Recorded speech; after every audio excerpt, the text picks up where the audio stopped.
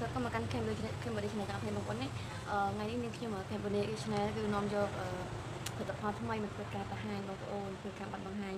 ជូនបងប្អូនប្រាប់ពីគុណប្រយោជន៍របស់វាសារៈប្រយោជន៍របស់វាណានៅពេលព្រឹកណា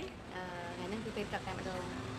សារៈប្រយោជន៍នៅពេលព្រឹកយើងគួរតែធ្វើល្អបំផុតណាសម្រាប់ស្បែកមុខណាសម្រាប់តែអ្នកដែលមានស្បែកមុខស្ងួតអ្នកស្បែកមុខស្ងួតអត់ហើយនឹងស្បែកមុខខ្លាញ់គឺត្រូវមែនតើណាសម្រាប់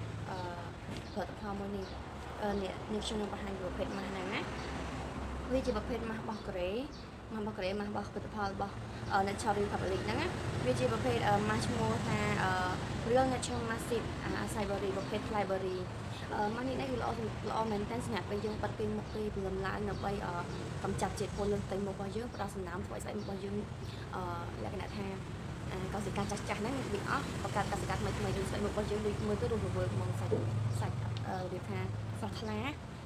ហើយសម្រាប់ម៉ាស់នេះផងដែរគឺយើងប្រាប់របស់វា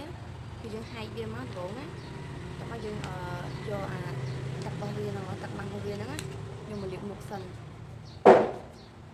ហើយមុននឹងយើងបិទម៉ាស់ហ្នឹងគឺយើងត្រូវលាងទឹកស្បែកមុខរបស់យើងណាគឺត្រូវលាង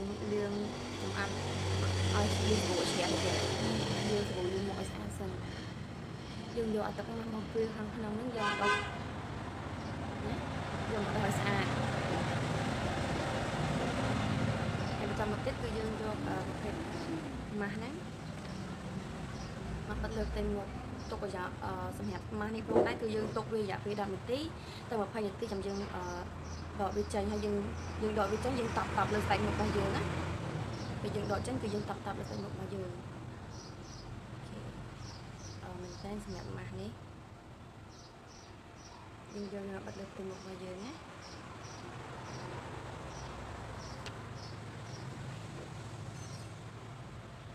ចាប់ផ្ដើមបិទ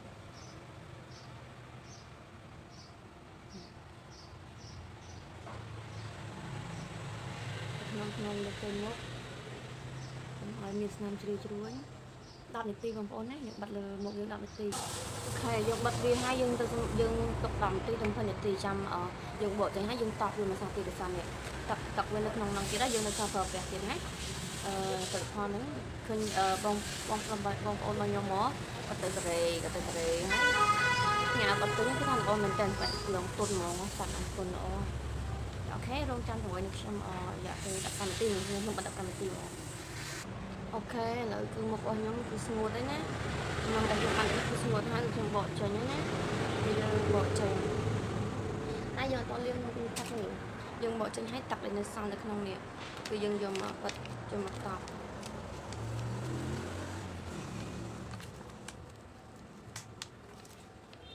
យកមកតប់មួយសាទៀត